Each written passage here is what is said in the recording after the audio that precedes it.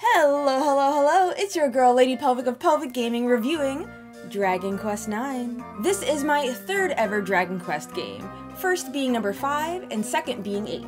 I've had a great time with all the Dragon Quest games. Granted, I'm leaving it to longtime fans to point me in the right direction of the best in the series, which apparently included Dragon Quest IX, released July 11, 2009 on the Nintendo DS. Special thanks to Pac-Man Trinity for gifting me this game for my birthday last year. I'm slowly getting through them, I promise. Dragon Quest IX immediately differentiates itself by allowing you to create your character. Then, cue the story. You are officially a celestial guardian of the village of Angel Falls, currently being mentored. It's taught that the Celestians are the guardians of the Protectorate, the human realm. You guard their land, in turn the people are grateful and give you benevolence. Benevolence, it's benevolence. Benevolence.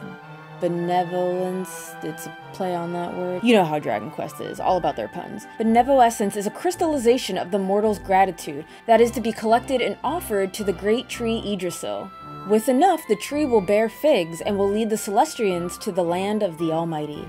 The end. Well, except that a beam of light strikes the observatory in the heavens while the tree bears fruit, causing you to fall from the sky and the figs to scatter. When you reawaken, your wings and halo are no more. You're now doomed to walk the Protectorate as a mortal, although you can still see other Celestians and the dead. Of course, you can't be a silent protagonist without a loudmouth, over-the-top, bossy companion, Stella.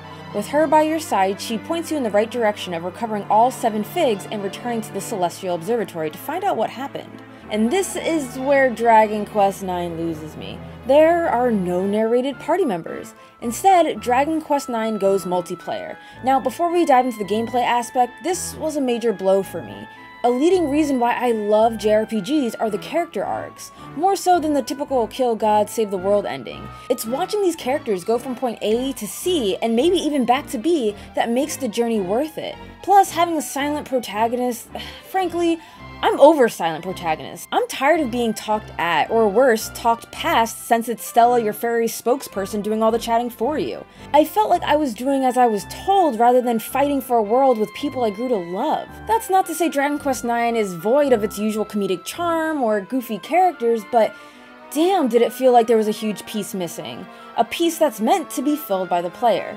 And this is an excellent segue into the gameplay. We're gonna jump right into what made Dragon Quest IX so different from those before it. Multiplayer.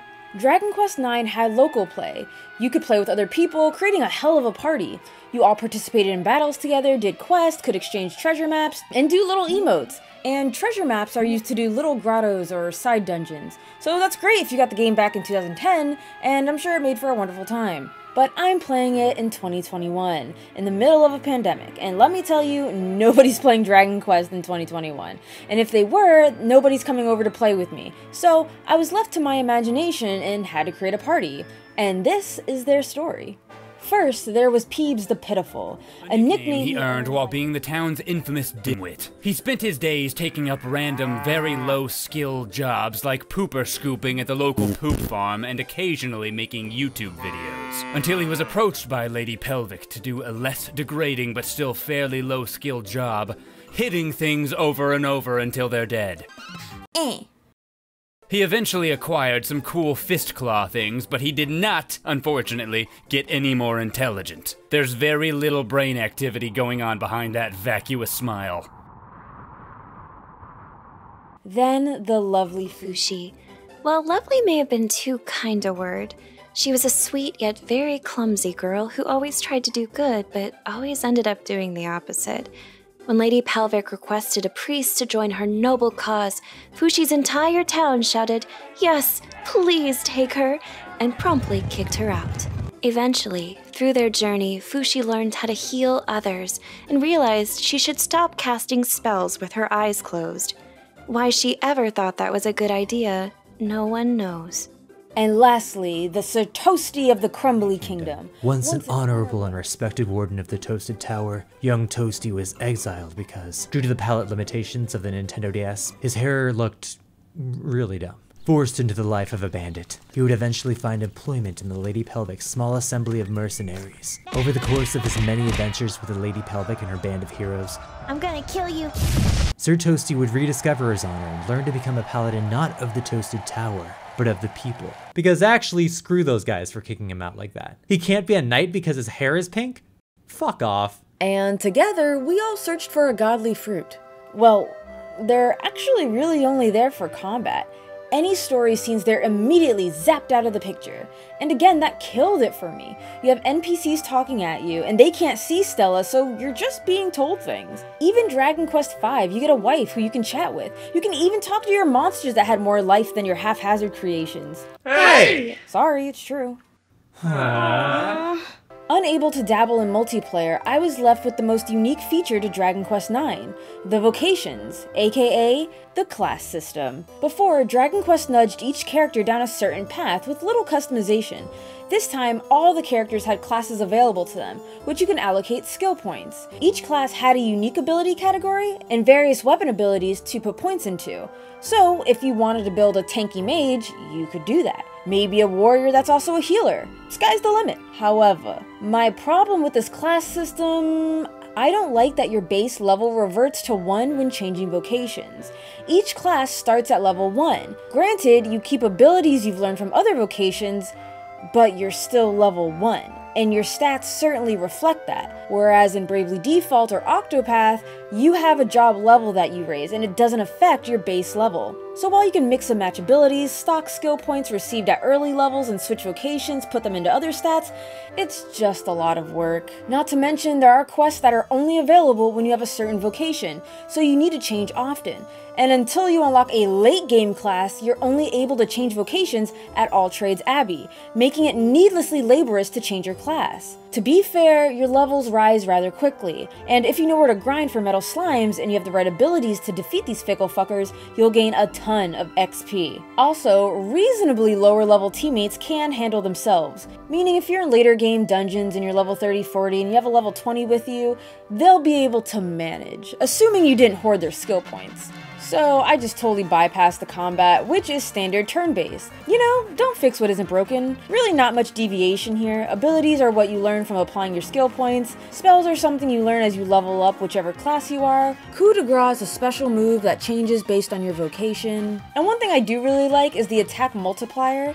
If you or the enemies do a standard attack back to back, you get a multiplier. And I'm always excited for ways to do extra damage. While cutting your way to the next area, you'll stumble upon some gathering spots. Materials for alchemizing, which was another step down as you can only alchemize in one location, versus having the crackpot with you. Yes, the thing you alchemize with is called crackpot. That's classic Dragon Quest humor for ya. And keep an eye out for treasures, specifically mini medals, to trade to the captain for good gear. Towns each have a unique problem. This is where Dragon Quest felt like Dragon Quest to me. Each village has some fairy tale problem that you go through and solve, and surprise, a fig is behind it. Each town's arc was cute, but I felt like it was lacking because you didn't have a pre-made party to comment on it. There was always an aspect that felt a little dead. Needless to say, towns are the perfect way to find side quests seen by a blue speech bubble, which normally I'm a quest whore, but Dragon Quest IX has the most annoying quest I have ever stumbled upon. It was, kill X amount of these monsters in this specific way, steal X item back which can only be stolen if they're put to sleep,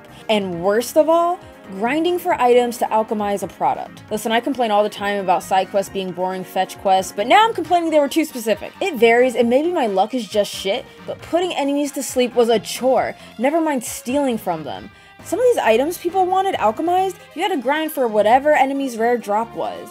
And sometimes you had to alchemize a rare item to alchemize a rarer item. I could not be bothered. I did more than I cared to do simply because certain abilities or stronger classes are locked behind side quests. Also a pet peeve, you can't hold unlimited side quests. You either have to do them or quit them and reclaim them later when you're ready. And because I found DQ9 to be such a slog, I did not do any of the post-game stuff.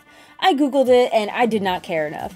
Keep your little train, keep your little endgame vocation. I saw the credits, so I am out of here. And I don't know where to fit this, but I feel like it should be mentioned, save often. Dragon Quest IX may have a habit of suddenly turning text into gibberish. It happened to me, and upon doing some light research, I'm not the only one. Apparently it's a common bug, RAM corruption issue, so be safe and save. And that's the gist of the gameplay, and now we're gonna move to graphics and music, which also went downward. To be honest, I think I just hate the look of DS games. I hate the look of Zelda DS games. I'm not particularly crazy about Dragon Quest IX. DS games just look clunky, and it was such a step down from Dragon Quest VIII. Not even the 3DS, but the PS2. And it didn't help that most of the time your party would be wearing ugly, mismatching armor. Y'all just look like one hot mess. Hey! Sorry, it's still true. Aww. Same goes for enemies and other NPCs, all clunky looking. There was only one change I actually enjoyed, is in combat your characters move to strike the enemy, and the camera pans around them. It was dynamic, although the animations made it feel slow. Dungeons were decent, nothing to rave about, nothing terrible either. It's horrifying that majority of dungeons don't have a save point. Granted, you don't get a game over, rather you return to the last church you saved at and lose half your gold. Don't worry, you keep all the items level you gained, so it's an acceptable trade-off. And finally, the music, I couldn't care less. I'm gonna be honest, from what I've played of Dragon Quest, and comparing it to all the other JRPGs I've played, this series has the second most mediocre music, Tales of being the first. Yeah, sure, every Dragon Quest has a few standout tunes, but as soon as I put the game down, I forget them. Like, the best are probably the battle themes, but my favorite is called Painful Feelings. I think it's safe to say I also like Dragon Quest sad music. I find their somber melodies beautiful.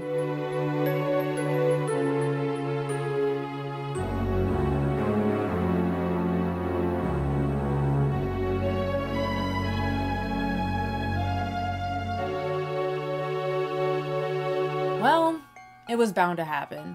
I was told that 5, 8, 9, and 11 were the best in the series, and 9 is easily my least favorite.